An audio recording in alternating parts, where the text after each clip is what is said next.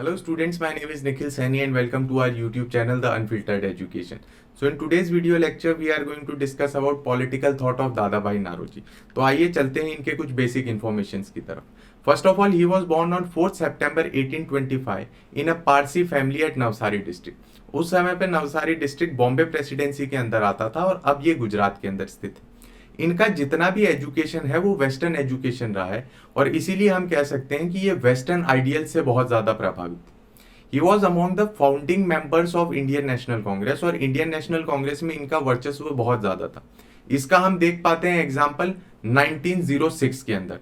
तो 1905 के अंदर बंगाल का पार्टीशन हो चुका था. मॉडरेट्स चाहते थे कि जो बॉयकॉट है वो सिर्फ बंगाल तक सीमित रहे और फॉरेन गुड्स में ही रहे. एक्सट्रीमिस्ट चाहते थे कि उसे बंगाल के बाहर लेके जाया जाए और सिर्फ उसे फॉरेन गुड्स तक सीमित ना रखा जाए, उसमें गवर्नमेंट जॉब्स, गवर्नमेंट स्कूल्स और ये सारी चीजें इंक्लूड करी जाए.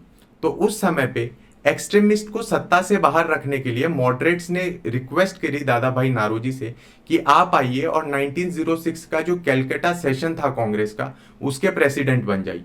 तो उस समय पे सब जानते थे कि दादाभाई नारोजी अगर प्रेसिडेंट बनेंगे तो कोई किसी भी तरीके का अपोजिशन नहीं कर पाएगा. ऐसा वर्चस्व था इनका. He was respected by both moderates and extremist. दोनों उनको बराबर रिस्पेक्ट करते थे. He is known as grand old man of India. ये इनको खिताब मिला गया. दूसरी चीज आपको एक और इंपॉर्टेंट फीचर बताना चाहूंगा इनके बारे में कि इन्होंने जो इकोनॉमिक एक्सप्लॉयटेशन है इंडिया का उसको बहुत ही बढ़िया तरीके से स्ट्रेटिफाई किया. अब आपको एक एग्जांपल लेता हूं. जैसे मार्क्स से पहले भी बहुत लोगों ने बताया कि सोशलिज्म ऐसा हो सकता है, बट मार्क्स ने उसका एक साइंटिफिक वे बताया. वैसे ही दादाभाई नारोजी से पहले भी सबने बताया था कि भारत का शोषण हो रहा है, बट किस तरीके से हो रहा है और किस प्रकार से हो रहा है इसकी डिटेल्ड एनालिसिस किसने दी? दादाभाई नारोजी ने. और उन्होंने एक फेमस वर्क लिखा जिसका नाम है poverty and on British rule in India 1901. इसके अंदर उन्होंने द ड्रेन थियरी भी दी जिसके बारे में भी हम आगे पढ़ेंगे. तो चलते हैं इनके व्यूज ऑन इंपीरियलिज्म की तरफ. फर्स्ट ऑफ ऑल, जैसे कि मैंने आपको स्टार्टिंग में बताया that he was more influenced by the western ideals. तो इनका मानना था liberty, equality, fraternity and democracy ये हमेशा से ज्यादा बेहतर रही हैं मोनार्की से. तो जैसा इंडिया के अंदर पॉलिटिकल सिस्टम था पहले, उससे ये ज्यादा खास लगाव रखते नहीं थे और इनका लगाव और रुझान था वेस्टर्न डेमोक्रेटिक मॉडल की तरफ. बट फिर भी इन्होंने कहा कि चाहे कितना भी अच्छा हो foreign rule, but self rule से अच्छा नहीं हो सकता.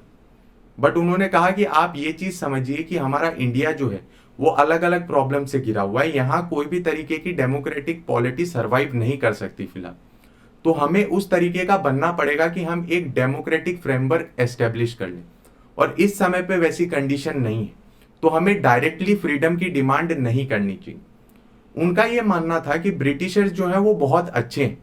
मतलब उन्होंने जिस तरीके से इंग्लैंड में रूल किया है और जिस तरीके की डेमोक्रेटिक पॉलिटी वहां स्टैब्लिश करी है वैसा ही कुछ इंडिया में करेंगे और इंडियंस को भी रेडी करेंगे अपने खुद के रूल के लिए, सेल्फ रूल के लिए.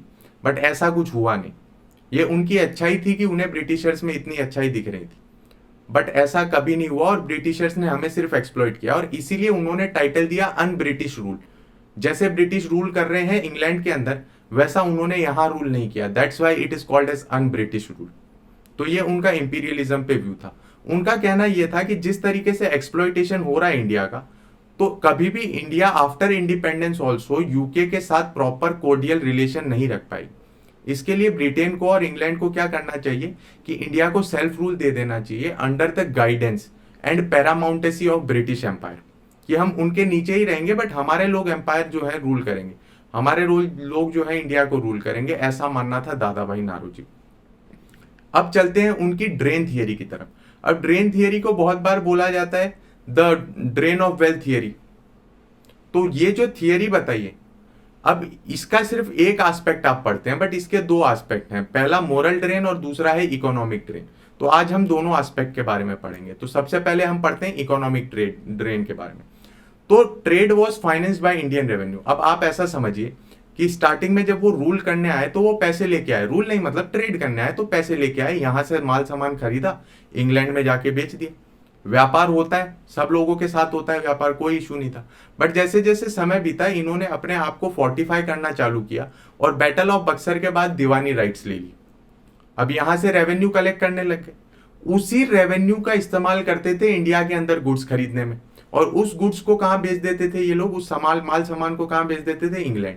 अब आप मुझे ये बताइए कि अगर जहाज भर के पैसा जाए या जहाज भर के माल जाए, पर नुकसान तो हो रहा है इंडिया का ही ना, रिसोर्सेज तो डिप्लीट हो रहे हैं। तो ये थी ड्रेन। दूसरा उन्होंने बताया कि ब्रिटिश ऑफिशियल्स को हम क्या दे रहे हैं, बहुत सारी सैलरी और पेंशन दे रहे हैं। अब ये सैलरी और पेंशन कहाँ जा रही है, इंग्लैंड जा रही।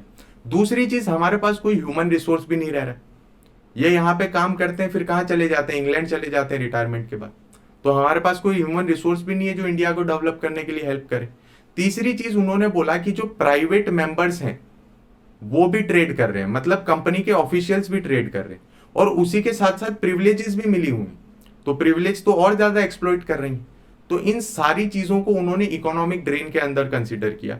उनका कहना यह भी था कि चलो यहां से लूट के लेके जा रहे हैं वो तो दूसरी बात है, पर वहां पैसा पहुंचा लूट का, उसी लूट के पैसे को वापस यहाँ पे इन्वेस्ट कर दिया, वापस कंपनी में इन्वेस्ट कर दिया कि कंपनी और ट्रेड करेगी तो और ज्यादा पैसा कमाया जाएगा। ठीक, तो इस तरीके से इन्होंने हमें लूटा है in a very very institutionalise form. Expense of British army in India. हमारे आर्मी किस काम की, क्या हमारे पास कोई सत्ता आ रही थी या हमारे पास कोई टेरिटरी आ रही थी? जी नहीं। जो यहाँ पे आर्मी मेंटेन की जा रही थी वो किसके लिए मेंटेन की जा रही थी, एम्पायर के लिए। अब मैं इकोनॉमिक ड्रेन का आपको एक एग्जांपल दूं तो मेरे एक दोस्त मेरे से मजाक किया करते थे। उन्होंने मेरे से एक दिन पूछा कि निखिल तुम्हें मालूम है कि सबसे बड़ा चोर बाजार कहाँ पे है?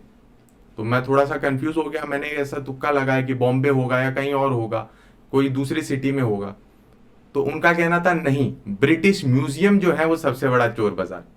तो हम सब हंसे, बट उसके साथ साथ ये सच्चाई भी है कि वहां सब कुछ हमारा गया हुआ है, हमें बहुत बुरी तरीके से लूटा है अंग्रेजों ने। और ये जो है दादा भाई नारोजी ने इन सारी चीजों को क्लियर किया, हमें एक व्यू दिया कि हाँ ऐसा हुआ था। इंडिया के साथ सबसे ज्यादा दुर्गति ये हुई कि हमें बहुत समय तक तो ये मालूम भी नहीं था कि हम पे राज हो रहा है, हमें एक्सप्लॉइट किया जा रहा है। फिर हमें मालूम चला ऐसे मॉडरेट लीडर्स के थ्रू, इनकी थियरीज के थ्रू, कि हम पे राज किया जा रहा है, हमें लूटा जा रहा है। और फिर जाके कहीं हमने एक साथ हम सब आए और हमने क्या है, आजादी की लड़ाई लड़ी। तो ये सारी चीजें जो है हम ऋणी हैं दादा भाई नारोजी की, कि उन्होंने ये थियरी दी और हमें बताया कि इतने डिटेल्ड वे में कि हमें लूटा जा रहा है। अब चलते हैं मॉरल ड्रेन की तरफ। देखो मेरा मानना पर्सनली ये है कि इंसान एक बार इकोनॉमिकली ड्रेन हो जाए तो उठ के खड़ा हो जाएगा, बट अगर उसे मॉरली ट्रेन कर दिया जाए तो उसकी क्या है, होप टूट जाएगी, उसका अपने अंदर विश्वास टूट जाएगा। और ऐसा ही कुछ अंग्रेजों ने किया। जितने भी हायर ऑफिसेस थे वो अंग्रेज मिलेंगे। अब क्लर्क कौन, इंडियंस, ठीक है। उसके अलावा जो भी छोटी जॉब्स हैं वो कौन करेगा, इंडियंस। घोड़े के नाल कौन लगाएगा, इंडियंस। कचरा कौन साफ करेगा, इंडियंस। मतलब हमारा जो आत्मविश्वास है वो बुरी तरीके से तोड़ दिया इन लोगों ने। क्यों नहीं जा सकते हम, सूबेदार की पोस्ट के ऊपर क्यों नहीं जा सकते थे उस समय पर हमें इन्होंने कोई भी पोस्ट नहीं दी। हमारे ऊपर हुकूमत कर रहे थे, पर हमें उस लायक नहीं समझा कि हम उस तरीके से इनकी पोस्ट को एक्यूमुलेट कर सकते हैं या उस पर जाके बैठ सकते हैं। कोई भी तरीके से इन्होंने कैपिटल एक्यूमुलेट करने का हमें अधिकार नहीं दिया। इंडिजीनियस इंडस्ट्रीज नहीं थी। उसके अलावा आप मुझे ये बताइए, क्लर्क हो गए, पेयोन हो गए, जो छोटे छोटे हम बोल सकते हैं पोस्ट हो गए, वो कितना ही पैसा कमाएंगे, अपना जीवन बसर करेंगे या कैपिटल एक्यूमुलेट करेंगे? ऐसी हालत इन्होंने हमारी कर दी। सो ये सारी चीजें दादा भाई नारोजी ने हमें बताई कि हमें इस तरीके से इन्होंने तोड़ा है। ठीक, so this was all about Dadabhai Naoroji. I hope you like this video lecture.